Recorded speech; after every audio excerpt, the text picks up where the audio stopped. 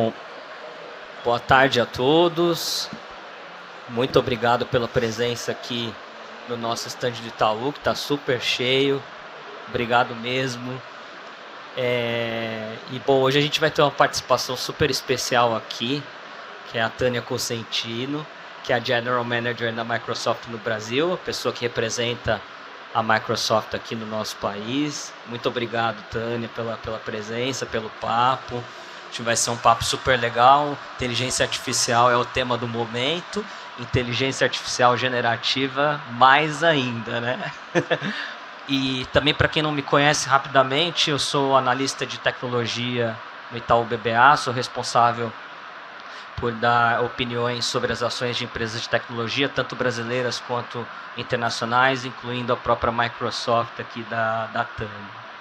E, Tânia, acho que a Microsoft está encabeçando uma série de coisas aí em inteligência artificial há muito tempo, e mais ainda com os anúncios no início do ano, né? O Bing, o Copilot.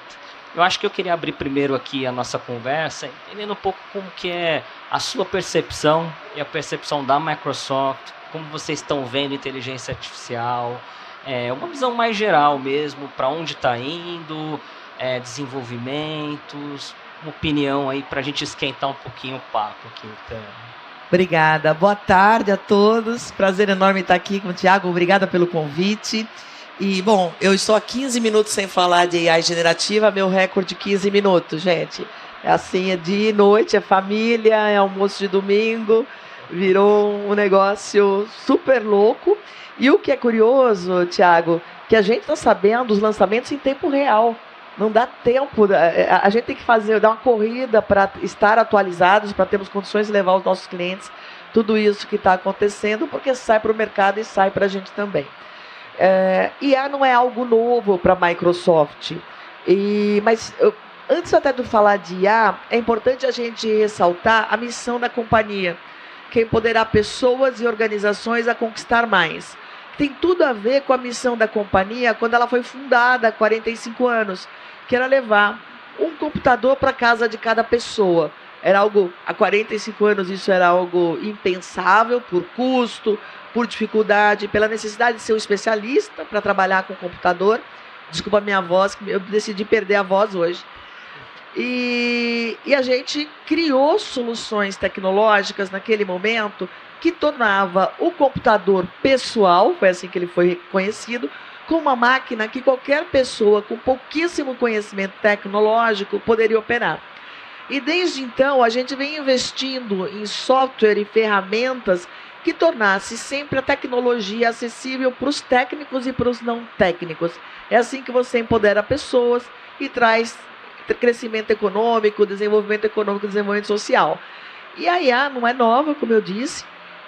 Desde os anos 50 a gente trabalha IA, a gente de forma global, o mundo trabalha IA. A Microsoft vem investindo pesadamente em Machine Learning, em Deep Learning. E aí, mais recentemente, em 2019, quando fizemos a primeira parceria com a OpenAI, a gente decidiu investir num modelo que chama Large Language Models. LLM é algo que vocês vão ouvir bastante sobre isso. E o Large Language Models nada mais é do que você treinar o seu algoritmo com bilhões de parâmetros. E ele cresce numa escala entre um modelo e outro, quando a gente pensa no GPT-3, que era o que foi lançado em 2019 na parceria, contra o GPT-2, era 100 vezes mais potente.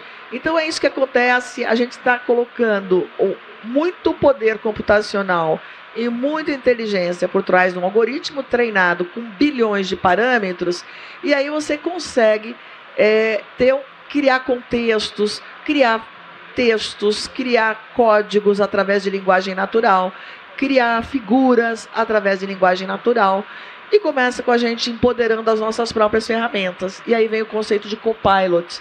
Não é um piloto, né? Não é um autopilot que vai fazer sozinho, mas é o copilot que vai me ajudar a fazer melhor o meu trabalho. E é isso que a gente busca. Vai empoderar a Tânia, vai empoderar o desenvolvedor com código, que vai permitir com que ele seja mais eficiente no estudo de código, ele vai empoderar, no desenvolvimento de código, ele vai empoderar um profissional de marketing que vai desenvolver uma campanha e ele pode desenvolver campanha com dados em tempo real. Então você tem um leque gigantesco e vai afetar todos os setores da sociedade. Essa era uma das minhas perguntas, Tânia, já. A gente até viu o Sam Altman, que é um dos fundadores da OpenAI, falando de mudanças grandes em medicina, né, que ele particularmente acha que é a área que mais vai mudar. Você tem alguma opinião? Você comentou de todos os setores, né? Mas você acha que tem algum setor ou alguns setores onde a gente deve haver mais mudança, Tânia? Bom, definitivamente medicina sim. E aí eu faço um paralelo, tenho que fazer aqui a promoção dos Objetivos de Desenvolvimento Sustentável da ONU, o ODS 3, que é saúde de qualidade para todos, e é um desafio, um objetivo difícil de alcançar nesse mundo atual. E a IA pode ajudar, mas não a IA sozinha, é IA aliada a uma série de outras ferramentas, como o HoloLens, por exemplo, que é o nosso óculos de realidade mista. E vou dar um exemplo que nós temos com um médico aqui do Brasil, Dr. Gabriel, ele é presidente de uma instituição chamada PBSF, Protecting Brain Saving Futures, porque ele trata de recém-nascidos que tiveram falta de oxigenação no momento do nascimento. E aí, as primeiras horas, os primeiros dias de acompanhamento desse recém-nascido são fundamentais para evitar sequelas. Então, ele já vinha monitorando as ondas cerebrais dos bebês com IA, porque tem movimentos que não são perceptíveis ao olho humano. Então, ele já monitora essas ondas cerebrais e ele conseguiu. Ele tem aqui, a Santa Casa de São Paulo usa essa tecnologia e ele consegue, então, fazer com que os médicos atuem no menor desvio, mudança de comportamento da onda cerebral, o médico já pode atuar prevendo sequelas. 30 mil bebês por ano nascem com problemas de falta de oxigenação. E isso pode levar sequelas para o resto da vida. E o que é legal? Aí ele associa IA, que a IA está fazendo isso, a IA alerta o médico que atua. Agora, quando a gente pensa em democratização da medicina, não é todo mundo que tem a Santa Casa de São Paulo ou o Hospital do Rio de Janeiro, no centro do Rio, quando você pensa no interior do Rio, no interior de São Paulo e que dirá no interior do Brasil.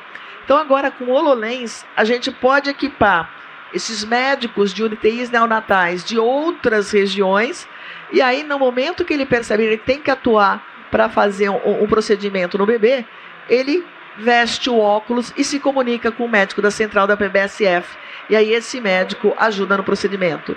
Então sim, saúde, mas a saúde é manufatura, é varejo, bancos.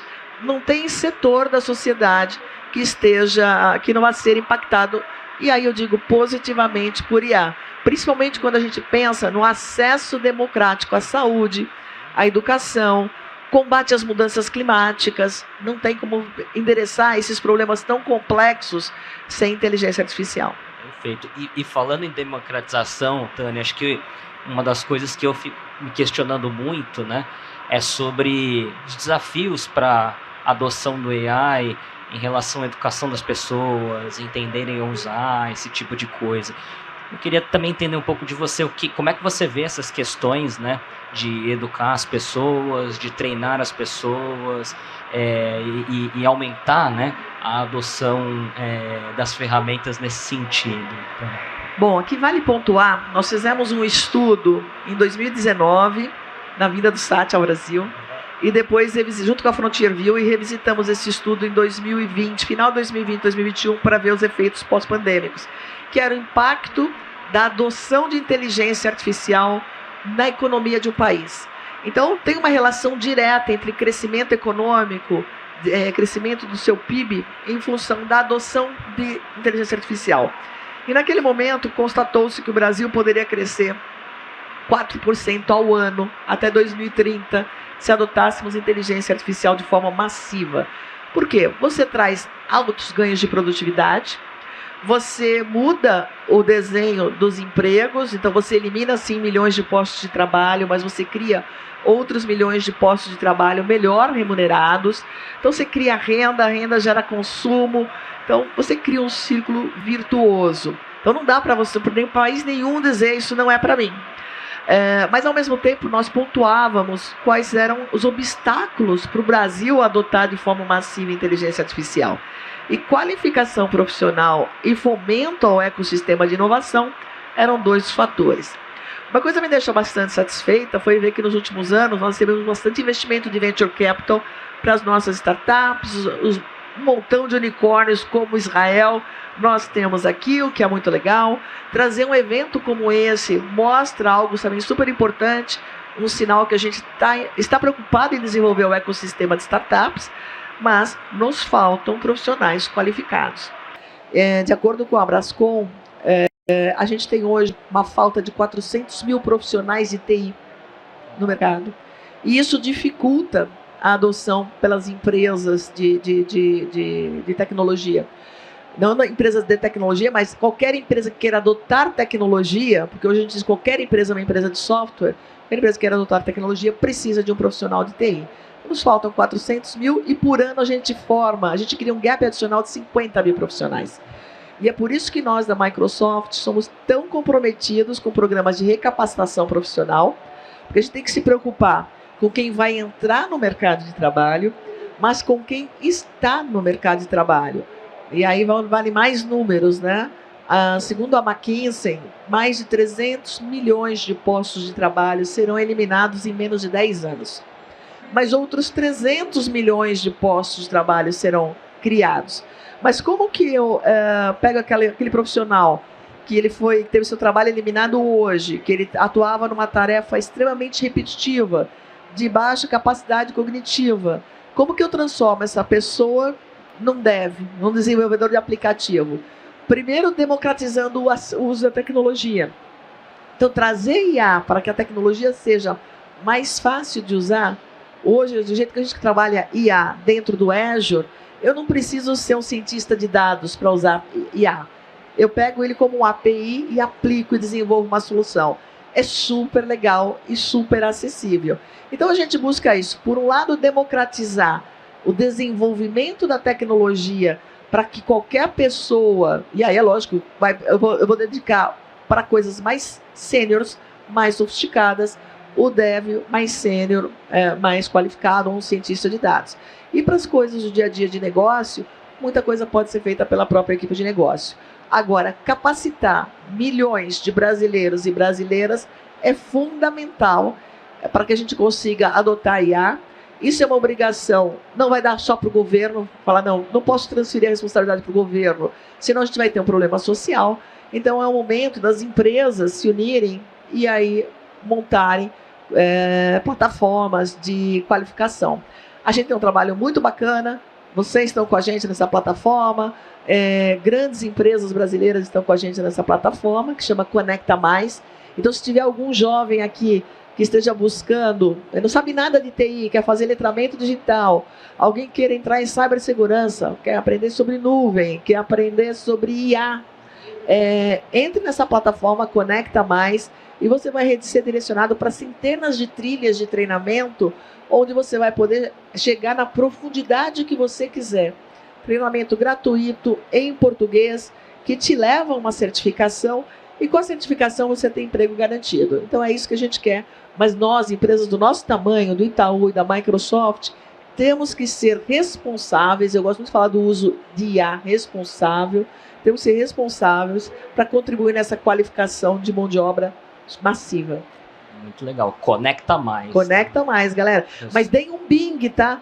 Antes eu falava, dá um Bing, aí todo mundo ria de mim. Agora eu falo, dê um Bing. Todo mundo já fez lá a sua inscrição no Bing. E uma coisa curiosa que a gente fala, você deve acompanhar as plataformas, a gente vê Netflix, Facebook, quanto tempo levou para os primeiros 1 milhão de pessoas cadastrados na ferramenta. O Bing, a gente atingiu 1 milhão, o novo Bing com o ChatGPT, a gente levou 2 semanas, menos de 2 semanas. Quer dizer, para mostrar o quanto é acessível, né? Como que, por uma brincadeira, como ela é acessível. Impressionante. Eu até tenho uma pergunta sobre o Bing, mas eu vou fazer uma antes dessa, que eu acho que o pessoal está mais curioso, que é o Copilot, né? Eu acho que acho que quase todo mundo viu, se não todo mundo aqui, o vídeo, a gente viu, ficou super animado, com um monte de coisas que dá para fazer. Eu queria ouvir um pouquinho de você, Tânia, que está lá dentro da Microsoft, está vendo tudo acontecer, os clientes como estão, né? Se você puder contar um pouquinho, se tem algum use case legal que você já viu, ou mais use cases que você puder compartilhar com a gente, seria bem legal. A gente tem, dentro desse mundo da inteligência artificial, a gente está com 2 novos mundos. Um Copilot, que é uma ferramenta que nos auxilia numa ampla aplicação das nossas próprias ferramentas, e aí pode ser o Office, o e-mail, o Word, o Excel, o PowerPoint. Eu posso pedir para o PowerPoint fazer uma apresentação. Vamos falar de IA generativa hoje para o Itaú, para o público de Itaú. Prepare uma apresentação com 10 slides, salientando os principais pontos. Vai lá e sai, e coloca aí o logo de Itaú, o site de Itaú, ele vai lá e prepara a apresentação para mim. Eu posso falar para o Word, escreve ou para o e-mail, para o Outlook, escreve um e-mail de agradecimento ao Tiago por ter me convidado para esse evento. Vai lá e escreve um e-mail. A gente que trabalhou durante a pandemia com o Teams, né? Ficamos dentro de casa, bastante. O Teams como a nossa ferramenta de comunicação, o banco, um grande cliente. Hoje, se eu perder a reunião com o Tiago, ele fez uma reunião, eu não podia atender, eu posso, quando eu chegar em casa, pedir a transcrição dessa reunião, pedir um resumo dessa reunião e pedir o que deixaram de to-do para mim. Então, você consegue ter um ganho de produtividade de forma significativa. Então, a nossa plataforma M365, que já é uma plataforma de colaboração, ela acaba sendo turbinada. A gente, para a plataforma de low-code, cada vez mais, para trazer o negócio, a gente fala em low-code, a gente, que é o Power Plat, a gente está lá com o Power Plat e eu posso eu mesma criar um bot. E a gente estava brincando outro dia, um bot com site de loja. Quero comprar uma lavadora. Aí me deu os modelos de lavadora. Não, eu quero a mais barata. Me dê a diferença técnica. E você vai conversando com o bot de uma forma que ele aprende muito rápido. Uma grande dor, isso é com um grande banco, volume de pessoas que vocês têm para atender os seus clientes. E às vezes, e tem lá o bot ajudando. O bot, ele é treinado, então você tem os Q&As básicos. Ele é treinado para responder aquelas perguntas que ele foi programado. E aí, quando você faz uma pergunta diferente ou escreve ela de forma diferente, o bot trava. E aí você traz uma má experiência para o seu cliente. Então, quando você fala na linguagem IA generativa, que ele vai num modelo que ele fala a melhor próxima palavra, ele tenta, e aí mais ainda no GPT-4, ele tenta entender o contexto. Então, ele vai com menos palavras, e talvez com a pergunta não tão perfeita, ele vai conseguir entender e ele vai aprender. E aí é o outro lado que a gente está fazendo, todo esse material ele ainda está em preview, os copilots estão em preview, porque a gente está aprendendo com os nossos clientes. O que a gente quer é o uso responsável da ferramenta. Então a gente colocou no mercado para um grupo pequeno de clientes e para os funcionários da Microsoft, e a gente está dando ferramenta para a turma. Mas uma coisa que isso é o Copilot, então o Dynamics ajudando a fazer campanhas de marketing mais rápido, o Power Plat criando os robozinhos, os chatbots, o e-mail sendo emitido automaticamente, Viva Sales, ele faz e-mail, ele monta a proposta, ele cobra o cliente do pedido, não me deu o pedido ainda por quê? Então isso trazendo super produtividade. Mas a gente também tem o IA dentro do Azure, que eu falei que você vai usar os APIs e você constrói a sua IA com os seus dados, e aí ao lado, gente, cibersegurança é super crítico nisso. Então você coloca com os dados da sua empresa, então os guardrails são da sua empresa. Então eu vou trabalhar lá dentro do Itaú, com os dados do Itaú, com toda a proteção de cibersegurança que o negócio do banco exige. E aí eu posso vamos falar da parte de seguros. Que coisa pior quando a experiência pior é você bater um carro e ter que ligar para a seguradora e contar a história talvez várias vezes. E também tem coisa pior do lado do atendente, ter que escrever essa história e depois ele ter que extrair, ele ou ela ter que extrair o que foi falado nessa conversa. Você quando coloca o GPT-4, o OpenAI no Azure, olhando essa conversa, você fala, extraia as informações fundamentais, as críticas. Quais são as informações críticas? Nome da pessoa, número da pólice, o motivo da ligação, o acidente de carro, ou aonde aconteceu, são 5, 6 informações. de um texto gigante.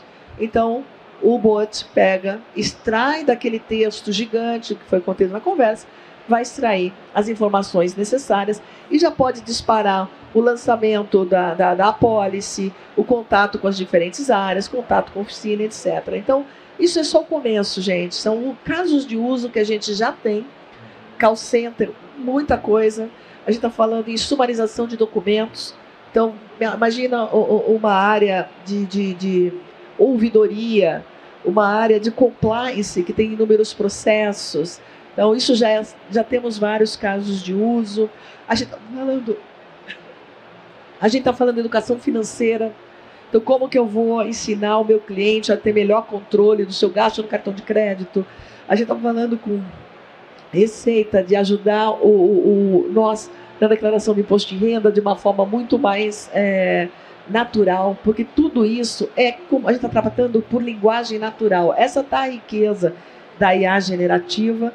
A gente fala, é uma IA super poderosa, turbinada por bilhões de parâmetros, mas alimentada pela melhor interface do mundo, que é o homem, a linguagem natural. Eu vou dar um comando em linguagem natural que vira código, como a gente estava falando.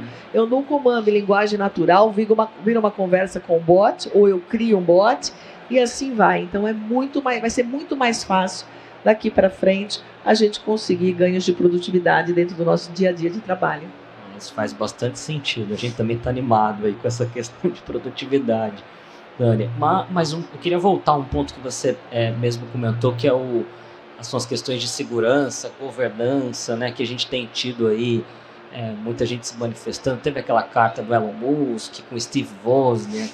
Ontem também teve uma notícia de um cientista que trabalhou no Google, também no New York Times, se não me engano, também comentando sobre a saída. Mas eu queria, na verdade, jogar dois lados dessa pergunta para você, porque, por um lado, óbvio que tem todas essas questões, né, de governança, o que vai acontecer, onde que está chegando nessa história de inteligência artificial, até onde vai, meu Deus, né? Mas, por outro lado, a Microsoft tá há muito tempo nesse mercado, como a gente estava até conversando aqui ontem, né, antes de falar, né, a maior empresa de cibersegurança do mundo em receita já, foi super relevante na época da SolarWinds, quando teve toda aquela confusão. A Microsoft foi super importante para ajudar, mas queria, ou seja, talvez exista também um lado da Microsoft ser esse sistema seguro, se vender como esse sistema seguro, mas eu queria entender um pouco como é que vocês veem lá esses dois lados dessas discussões, etc. Bom, quando a gente começou a trabalhar mais forte toda a parte de nuvem, computação em nuvem, e aí a cibersegurança, e dados, e proteção de dados, e IA, aí veio o conceito de IA responsável. Isso lá em 2016, e aí o Satya, em 2017, ele faz como se fosse um anúncio público sobre como a Microsoft estava endereçando o tema de uso responsável de inteligência artificial. Então, o que a gente quer? Isso aí tem 6 conceitos, 6 parâmetros para isso. Primeiro, a gente fala em justiça. Então, a IA, ela não pode exacerbar preconceitos. Então, como que eu garanto que a programação do algoritmo, ela tira vieses que a gente tem? Então, primeiro ponto, justiça. E para isso, até antes de falar dos 6 pontos, a gente criou um comitê de ética interno. Porque aqui somos os 2 geeks, estudamos na mesma escola, temos a mesma cabeça, a gente desenvolve um bot que é sensacional, e no final a gente passou para esse bot conceitos e preconceitos que nós dois temos e não fomos capazes de identificar. Então, dentro do nosso grupo de desenvolvimento, a gente tinha grupos diversos que faziam tipo um acid test para saber, meu amigo, a gente está fazendo uma IA responsável, uma IA confiável, uma IA segura. E aí a gente criou esses 6 conceitos. Então, primeiro, justiça, para ter certeza que eu não incorporei os meus preconceitos, ideias, assumptions na IA. Então tem que ter um grupo multidisciplinar que vê isso. A gente quer um IA confiável. Então vamos pensar aqui num carro autocomandado, nos caminhões da Vale autopilotados. Então você pode causar um acidente gravíssimo. Então como que eu garanto a programação daquele veículo ou daquele dispositivo de forma a trazer segurança, e aí é uma segurança física e de ativos, né? Então a gente fala segurança nesse sentido, então confiável e segura. Aí vem o terceiro item, que é identidade de dados e segurança cibernética. Identidade de dados, porque a gente percebeu que os nossos dados, eu adoro a propaganda de vocês. Fulano, você é fulano que fez isso, que eu te vi não sei o quê. Não, tá tudo na internet, né? É sensacional essa propaganda. Então, como que você garante que eu trabalho, que eu não uso os dados dos meus clientes para treinar algoritmo, então, que eu garanto a privacidade de dados, nós criamos produtos para tratar governança, identidade e privacidade dentro das empresas. E aí percebemos cibersegurança, e cibersegurança está como o risco número 1 de negócio, segundo o Fórum Econômico Mundial. Né? Então, gente, qualquer empresa pode estar sendo atacada agora. As nossas empresas com certeza são, que a Microsoft é a empresa mais atacada no mundo e provavelmente Itaú, primeira ou segunda mais atacada do Brasil. Então, o que a gente tem que trabalhar é a nossa resiliência cibernética. O ataque chega e vai. Né? Então, como que a gente trabalha a segurança de dados e segurança cibernética, e aí a gente investiu bastante e ficamos aí o líder em segurança cibernética. O quarto item, a gente fala em inclusão. É permitir que a tecnologia inclua todo tipo de pessoa sem deixar ninguém para trás. Não sei se você viu a semana passada o lançamento do joguinho, o Satya colocou no YouTube dele, no YouTube não, no Twitter, um jogo de corrida de carro para cegos, gente. E vocês têm que ouvir o depoimento do cego quando ele termina a primeira volta sem bater. Então, como a tecnologia, ela empodera e ela inclui. Porque quando uma pessoa com deficiência ela vai jogar qualquer joguinho de videogame, ela quer ganhar, ela não quer só competir. Ela quer ter chance real de ganhar. E depois a gente fala, os dois últimos, a gente fala em transparência. Então, e aí começa toda essa parte de regulamentação, e a gente trabalha muito próximo a governos para discutir regulamentação do uso da tecnologia. Um exemplo, nós somos contrários ao uso de reconhecimento facial, até pelo viés da justiça, né? Como que isso pode afetar de forma negativa a sociedade. Enquanto não tiver uma boa regulamentação, a gente, por exemplo, no prédio que eu trabalho, deveríamos entrar para o reconhecimento facial. Os funcionários da Microsoft entram por QR Code, porque a empresa não quer que os nossos rostinhos estejam por aí nesse momento. E, por fim, o uso responsável. Então, a gente, quando olha esses 6 parâmetros, e aí a gente criou framework, a gente criou procedimentos, a gente criou ferramentas, a gente treina continuamente os colaboradores para que se entenda a importância do uso responsável de IA, e isso faz com que a gente tenha essa discussão já meio que inserida na gente. Então, fazer a cara falar, paralisar o avanço tecnológico, você vai paralisar o quê? Meia dúzia de big techs? E quantas pessoas estão desenvolvendo tecnologia sem essas preocupações? Então, aqui o convite realmente é que se junte setor privado, academia, governo e sociedade para que a gente construa políticas públicas que sejam boas, que não impeçam o avanço tecnológico, mas, ao mesmo tempo, protejam ativos, o cidadão, a vida humana, o meio ambiente, etc. Perfeito. Como a gente tem um pouquinho mais de 2 minutos, Tânia, eu vou deixar uma última para você de mensagens finais. O que você gostaria de falar? De repente, falar um pouco do Brasil também, que a gente acabou falando de coisas mais gerais, mas como é que você vê a inteligência artificial no Brasil, no dia a dia da gente? E mensagens aqui para todo mundo que tá nos assistindo, Tânia.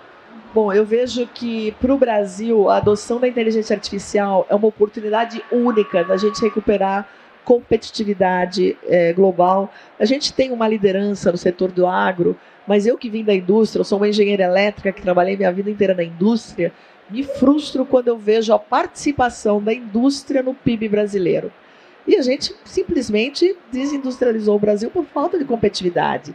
A IA pode trazer de volta a competitividade da indústria brasileira, pode criar novas áreas de consumo, ela pode ajudar as nossas empresas a construírem, a criarem novos produtos. A gente está falando hoje em hiperpersonalização. A gente pode levar saúde, educação para todo brasileiro e brasileira em qualquer lugar desse país gigante e reduzir as desigualdades. A gente pode fazer bastante coisa. Então, vocês também, quem me acompanha sabe que eu sou apaixonada pelo tema do clima, e a gente tem desenvolvido soluções usando IA para detectar áreas de provável desmatamento na floresta amazônica. Super legal, isso com o Fundo Vale. Fizemos esse projeto há 2 anos e é curioso, né? Tem quase 90% de assertividade. Infelizmente, a gente acerta. O ano passado, a gente identificou 15 mil quilômetros quadrados de áreas prováveis de desmatamento, mais de 11 mil quilômetros quadrados de áreas foram desmatadas na Amazônia. Isso significa 10 cidades do Rio de Janeiro desmatadas em um pouco mais de um ano. E para esse ano, Previsia, que é a nossa ferramenta, então podem ir previsia.org.br, vocês vão encontrar uma plataforma super bacana, ela é aberta ao público, e isso ajuda a gente, né, a construir, porque o objetivo é fazer a previsão, poder atuar na construção de políticas públicas e impedir, porque aí o melhor é você impedir que qualquer árvore caia. Então é aí que eu vejo IA levando saúde, levando desenvolvimento econômico, levando educação, levando a redução das desigualdades. Então eu vejo de forma otimista. Tem muita coisa para a gente fazer, a gente precisa trabalhar em conjunto, a gente tem que qualificar milhões de brasileiros e brasileiras para não deixar ninguém para trás. Isso é uma corrida contra o tempo, porque IA já está aqui, é para hoje e agora. Eu não poderia concordar mais do que o que você falou aí, Tânia. Também estou super animado aí. Bom, acho que é isso. Infelizmente acabou o tempo aqui, mas eu queria agradecer de novo, Tânia. Muito obrigado, foi excelente, ajudou muito a gente a entender aí todos esses pontos. Obrigado mesmo, Tânia. Obrigada, Thiago, pelo convite. Obrigada, gente. Uma boa tarde para vocês.